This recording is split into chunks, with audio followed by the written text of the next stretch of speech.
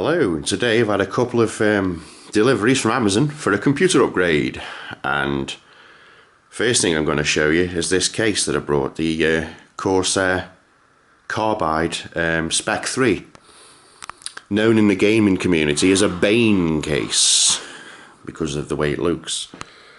Very industrial looking. At the top there we've got our usual suspects, we've got a usual USB 3, your HD audio. So you're out of luck, I'm afraid, with this case. If you've got an older motherboard that doesn't support HD audio, you can't use this panel.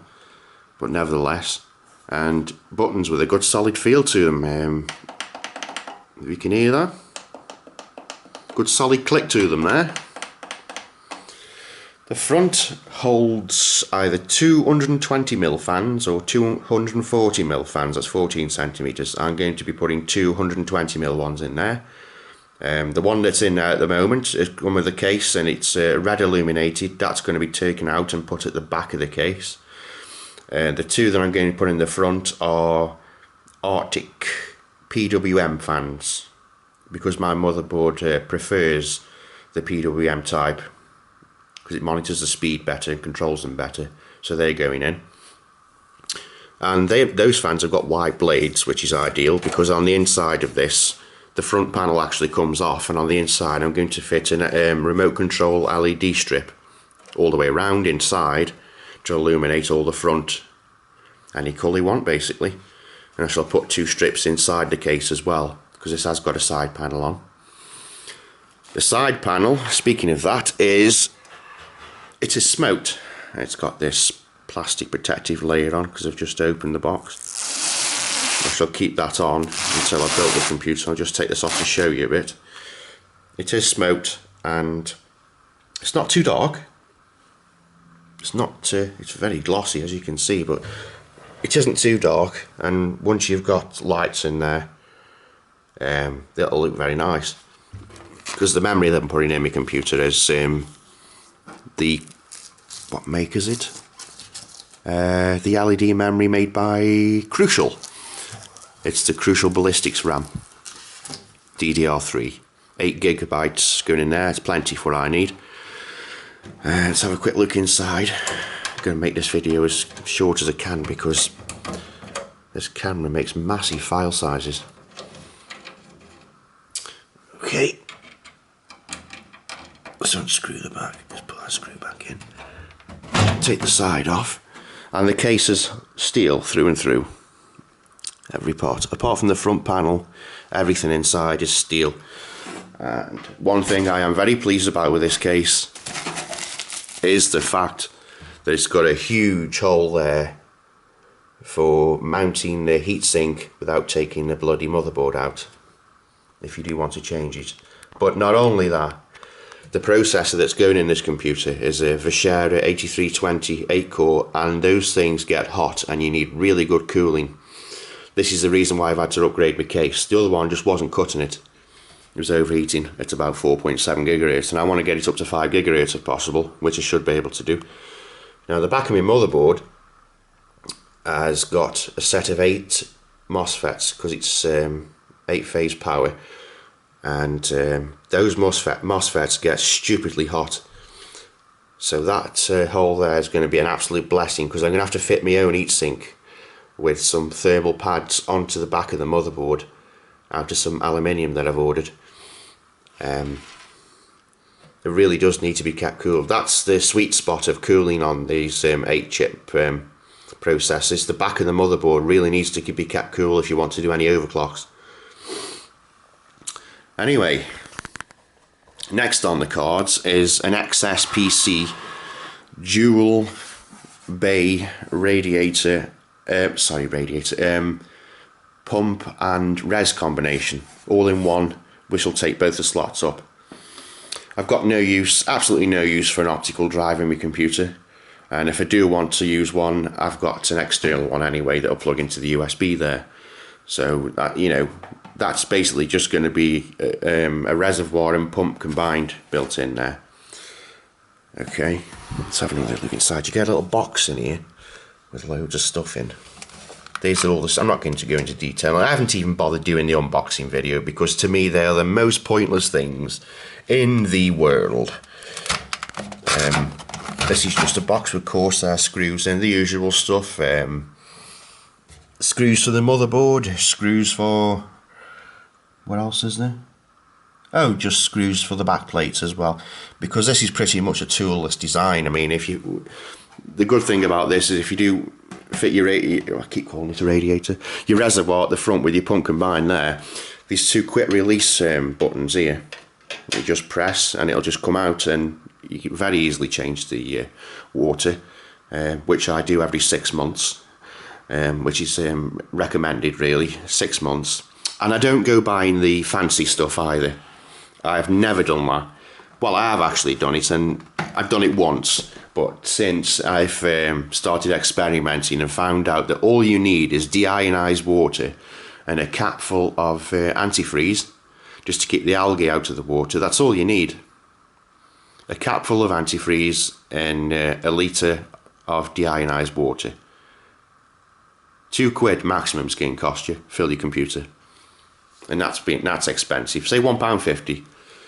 And people like Fesser are charging £8 or £9 a litre for this special coolant, which is absolutely not needed. In fact, the more stuff they put in this coolant, the less what's the word I'm looking for? It's not very good. Simple as that. It just doesn't conduct or pick up heat as well as plain old deionized water with a bit of antifreeze in. Simple as that really. So that's a good tip for you. Save yourself a hell of a lot of money. Just go down to your local Asda or whatever and get yourself a litre bottle of deionized water. In fact, I got 2 litres for £1, so you can't really moan there, can you? Go across the garage, 50p for a little bottle of antifreeze. Just put a capful in, that's all you need. Anyway, rant over.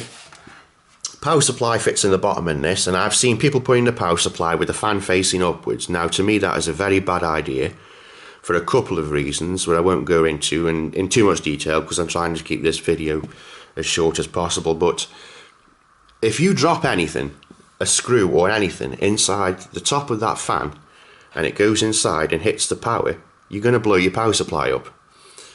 You know, which is, it should come pretty obvious to people, but it obviously doesn't. And I've never fitted a fan in, a power supply in upside, well, they say it's the right way around. I think it's upside down that way because it's dangerous, basically, especially with a water cooling system. Even though it's non-conductive or anything like that, you just can't take chances with 240 volts.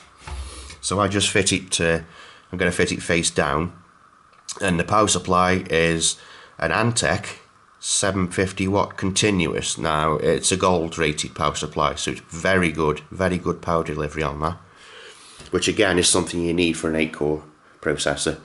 You can't go skimping on your power supply. If you buy a cheap one, it will blow up. I know, because it's happened to me. Okay?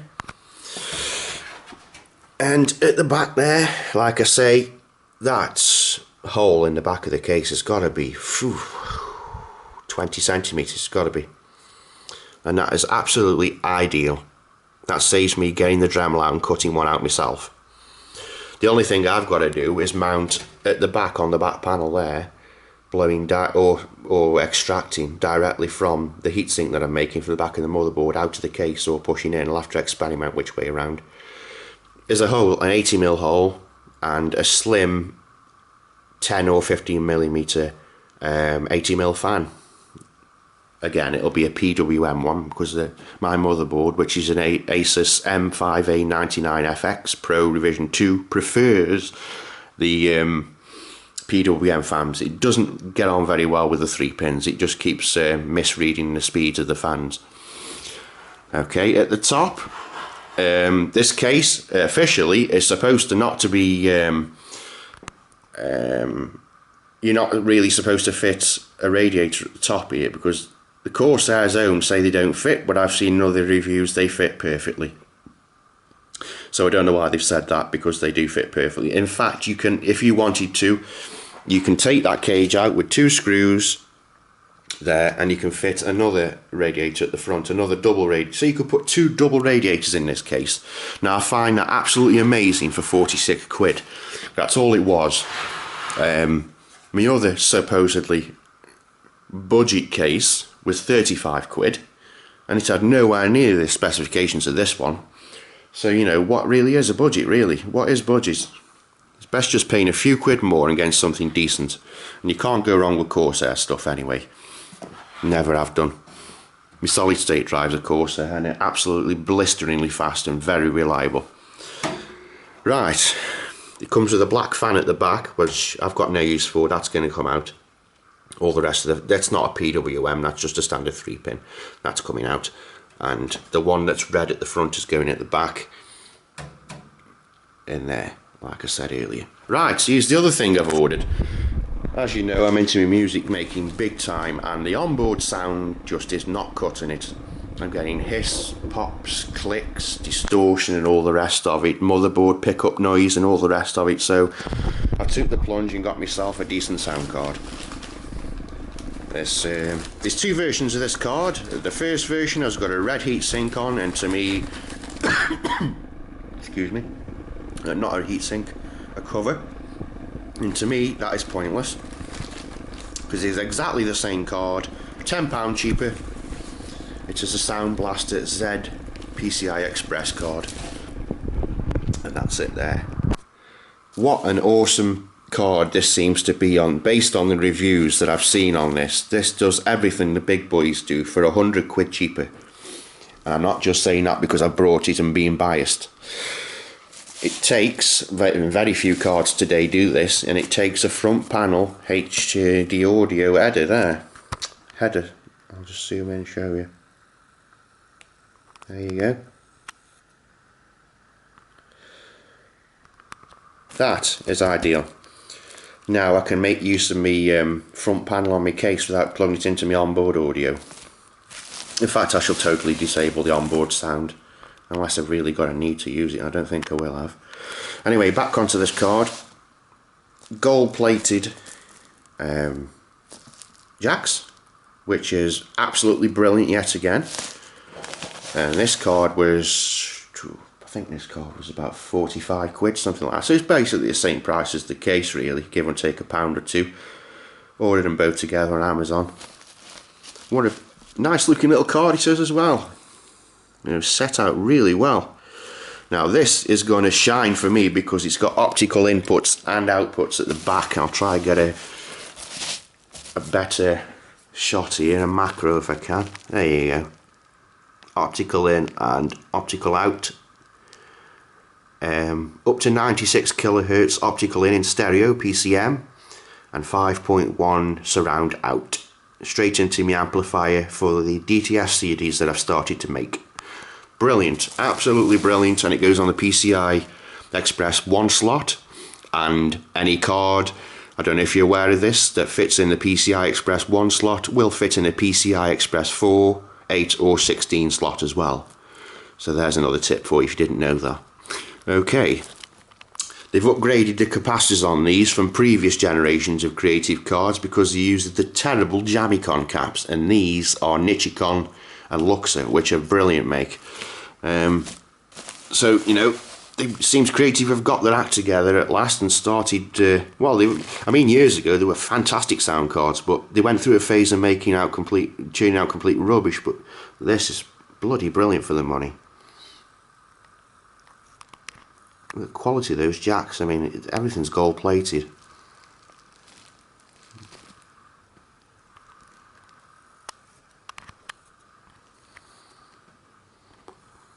Fantastico. Anyway, I better go in a minute because, like I say, the file sizes on this camera are absolutely bloody ginormous. So, last one I did was about 4 gig, just for a 10-minute video or something like that. So there you have it. Anyway, my new case and my new sound card. Primary reason for this is the optical in, so I can plug my synthesizers directly into there and cut out all this analog recording business and cut out all the hiss and the more, you know, the longer you can keep your recording in the digital chain, the better your sound, your quality of recordings are going to be. It's not too big either, which I like about it. It does come with a driver CD, even though it's an OEM card. Like I say, the only difference in this one and the other one is the other one has got a red cover on, with a red LED, and that's it. There's the disc that comes with it.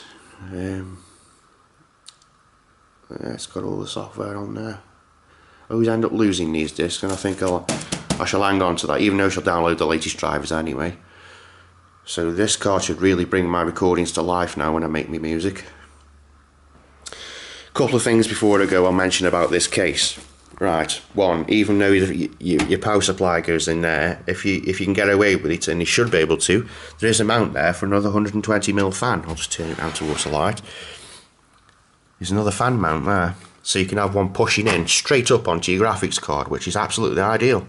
What a well thought out case this is for the money, and no wonder it's won the Gold Star Award on overclock.net. I can see why. I really can. For the money, it's absolutely brilliant. So there we have it. New case and new sound card. If you've got any questions about these two products that I've just brought, just leave a message in the comments box and I will get back to you, because I'm on that YouTube a couple of times a day. So thanks very much for watching, and as I say, any comments, just leave me a message and I will get back to you. Thanks.